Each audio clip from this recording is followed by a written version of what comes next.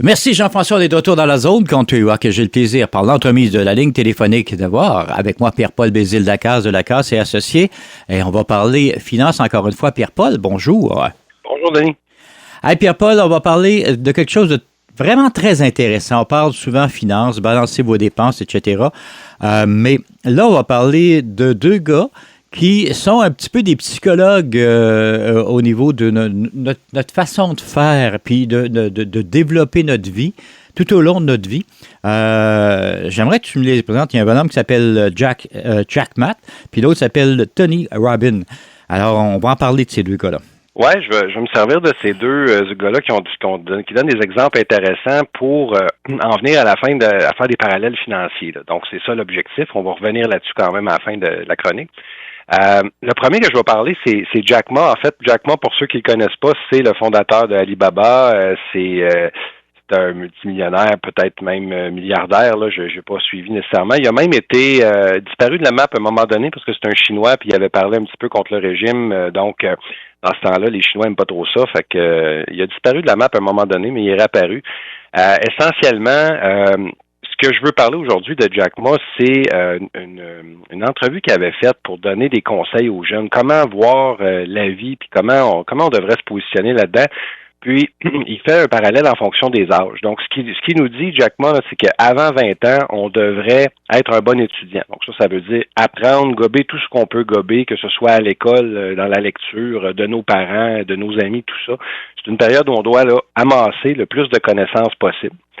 Après ça, entre 20 et 30 ans, ça devrait être un moment où on suit quelqu'un, on trouve un bon mentor, on fait des erreurs.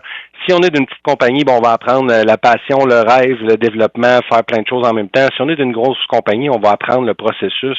Ce qu'il dit, lui, c'est pas tant important, on est-tu d'une grosse, d'une petite compagnie, le type de compagnie, c'est de suivre la bonne personne. Donc, dans cette période-là, en 20 et 30 ans, on veut trouver la bonne personne à suivre pendant au moins une couple d'années pour aller se faire une tête parce qu'on veut un modèle à suivre pour le futur. Fait que ça, je trouve ça vraiment intéressant, ce concept-là. Le concept mentor. Parce qu'on est Oui, le concept mentor, c'est très important. Les gens qui ont bien réussi dans la vie ont toujours eu des mentors. Ça, c'est une clé parce que ça prend des modèles, puis il faut être capable de les suivre. Puis ça, c'est une bonne période de faire ça, évidemment, avant 30 ans. Entre 30 et 40 ans, là, c'est une phase normalement où tu vas travailler pour toi-même. Tu vas t'améliorer, tu vas pousser dans les directions que tu veux pousser au travail, tu vas développer tes compétences, mais à un niveau que ça va être très pour devenir très compétent, en fait.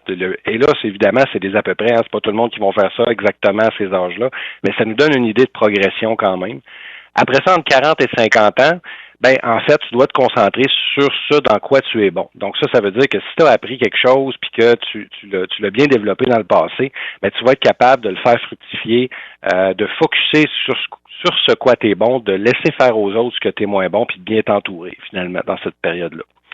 Entre 50 et 60 ans, là, c'est une période où tu veux travailler pour former la relève, pour transmettre ton savoir, puis agir un petit peu justement comme mentor. Puis après 60 ans, là, c'est du temps pour toi, selon Jack Ma.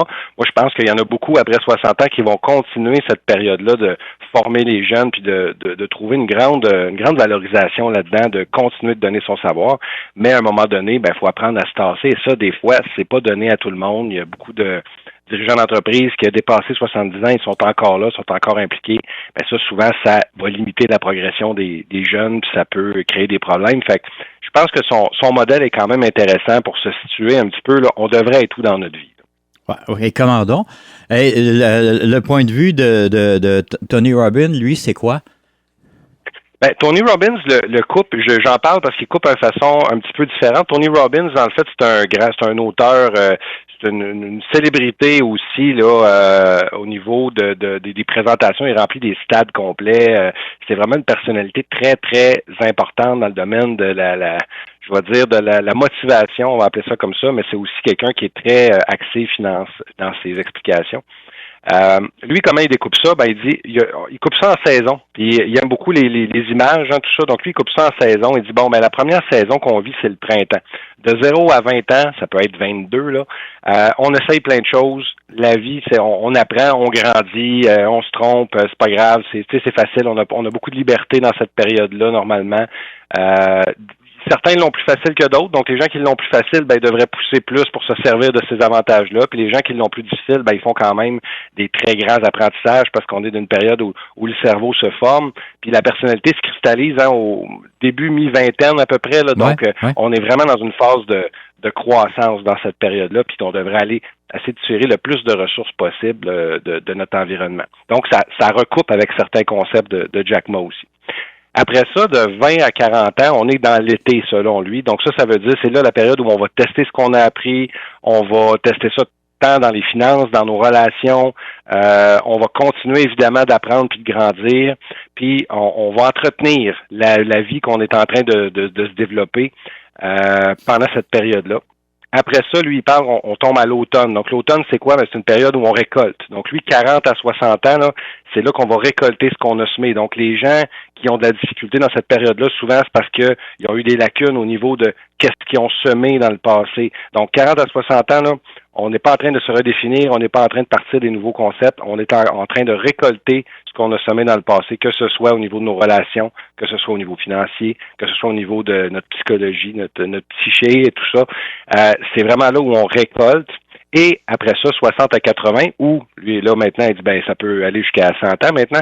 Ben là, on va transmettre son savoir dans cette période-là, c'est l'hiver, on va transmettre son savoir, on va profiter de la vie, on va être plus calme, on va être plus serein, on sera pas avec plein de débordements partout comme d'autres saisons. C'est une période de la vie qui devrait être plus calme. Wow. Quand on reprend ces concepts-là, je trouve que les deux disent des choses similaires, ça se ressemble. Puis je voulais ramener ça d'un point de vue financier parce que j'ai beaucoup de clients qui vont arriver à un certain âge, des fois peut-être la crise de la quarantaine, là, et là, ils vont vouloir tout changer leur vie, redéfinir ce qui se passe dans leur vie. Puis ça, ben il y a des phases dans la vie, hein, c'est quand même normal de vivre ça, mais faut quand même garder en tête les différents points que ces gens-là disent, parce que c'est pas juste eux qui disent ça, là, il y en a plusieurs. C'est des patterns qui ont été retrouvés dans le passé. Fait que si on le remet financièrement, qu'est-ce que je dirais aux gens? Ben, de 20 à 30 ans, c'est une période où on est en train d'essayer différents types d'investissements. Des fois, on ne sait pas, on devrait-tu être en bourse, en immobilier? Est-ce qu'on devrait investir en soi-même pour développer un métier? Il y a plein de façons de se développer financièrement. Mais de 20 à 30 ans, c'est une période où il faut faire des essais, c'est une période où il faut se renseigner énormément. S'il y a quelque chose on va toujours être meilleur dans ce qu'on est bon. Hein. Fait que s'il y a quelque chose qu'on est bon ou qui nous intéresse, on a beaucoup plus de chances de devenir bon dans quelque chose qui nous intéresse. Donc, il faut trouver dans quoi on est bon, qu'est-ce qui nous intéresse, qu'est-ce qui nous motive. Il y en a des gens qui vont vouloir investir à la bourse, vont vouloir comprendre ça. Il y a des gens que ça va être l'immobilier. Il y en a des gens que c'est justement développer leur propre métier pour générer assez de revenus dans le futur, développer leur propre entreprise. Donc, de 20 à 30 ans, on essaye des choses. Si on se casse la gueule, ben c'est pas la fin du monde. Parce qu'on n'a pas encore bâti beaucoup de choses. Donc, c'est le moment de se casser la gueule puis de faire des essais. Ouais, facile à rattraper, oui. Oui, c'est ça. Puis c'est un moment encore là pour se trouver un mentor dans ces secteurs-là qui nous intéressent. Donc, on revient avec le concept de mentor.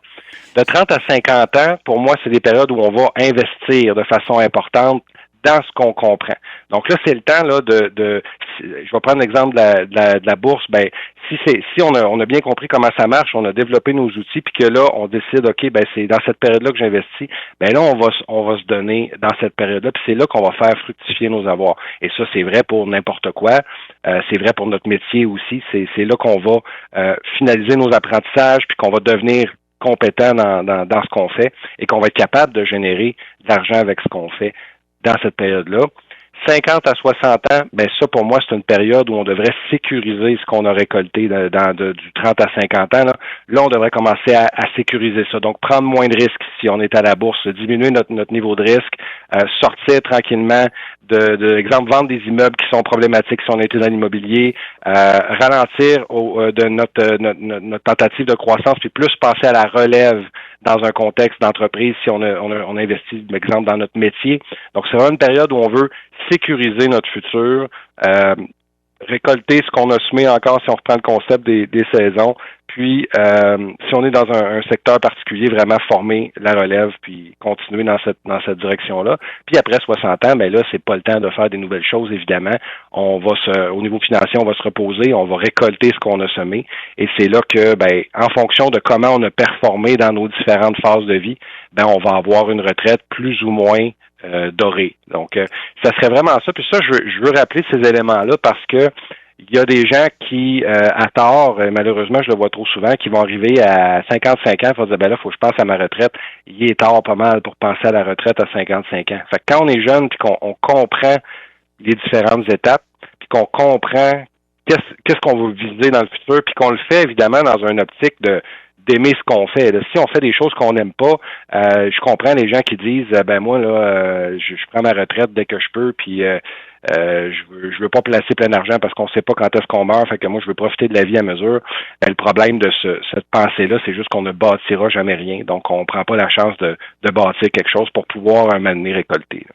Ouais, surtout que, on l'a dit tout à l'heure, la vie peut s'étendre à longtemps après la retraite. Là. On a une espérance de vie maintenant qui est importante. Il faut prévoir qu'on a du temps là, à vivre encore. Puis du temps de qualité aussi. On est plus. Avant, les gens prenaient leur retraite à 65 ans. Puis il y avait de la misère à fonctionner parce qu'ils avaient tellement travaillé dans leur vie. Mais aujourd'hui, on est rendu vraiment sur un autre mode avec tout le système de santé qui est là. Il faut prévoir qu'on peut rester en très bonne santé puis avoir une très bonne retraite pour 10, 15 ans, 20 ans, 25 ans. Absolument. Puis plus on a eu une hygiène de vie. Puis souvent, c'est drôle parce que ça va. Ce que je remarque, c'est que ça va vraiment en fonction de les mêmes personnes qui ont une bonne hygiène financière, souvent ont une bonne hygiène de vie, vont faire de l'exercice, vont pas trop consommer d'alcool, de drogue, vont avoir une vie familiale équilibrée, puis ils vont avoir accumulé aussi de l'argent. Alors que ceux qui n'ont pas accumulé d'argent, mais souvent, ils ont vécu des divorces, ils ont vécu une vie un peu plus difficile. Fait que souvent, ça vient ensemble. Fait que si on se structure dans un secteur de notre vie, on a beaucoup de chances que ça structure d'autres secteurs de notre vie. Puis là, que je parle de santé physique, de santé mentale, de santé financière, des relations qu'on va développer, c'est souvent comment on fait une chose, c'est comment on fait beaucoup d'autres choses dans notre vie. Fait que de le voir du point de vue financier, ben c'est ma job à moi, mais on peut l'appliquer dans toutes les sphères de la vie. Tout à fait. La vie, c'est un tout. Il faut balancer tout ça et équilibrer tout ça. C'est un peu ce que ça veut dire. Pierre-Paul, on arrive déjà à la fin. C'est encore deux sujets extrêmement intéressants, mais drôlement intéressants parce que là, on dit aux gens, structurez votre vie, mais il faut que ça structure une vie à partir du début. On pourra en revenir à ça, mais là, lorsqu'on arrive et on est en retard au niveau de sa structure de vie, il y a du rattrapage qu'on peut faire quand même, là. Ben, tout ce qu'on dit là, c'est des à peu près. Quelqu'un peut le faire, peut passer son printemps pendant 30 ans, exemple, puis là, condenser son été. C'est juste que si on veut se donner toutes les chances, optimiser, puis on a un jeune entre les mains, puis on veut lui donner une traque de vie, une structure pour sa vie, ben, je pense que c'est des bons exemples à donner, mais évidemment que quelqu'un qui s'y prend trop tard parce qu'il y a eu des mauvaises influences dans sa jeunesse, puis il est mal parti ou il est parti trop tard, on va dire, ben on peut arriver à notre fin quand même. Il faut peut-être avoir des fois des buts un peu plus réalistes, puis il y en a qui vont réussir à accomplir plein de belles choses, puis ça va tout se décoller après 40 ans aussi. Donc là, on parle d'une généralité, hein, on parle de la majorité des gens. C'est pas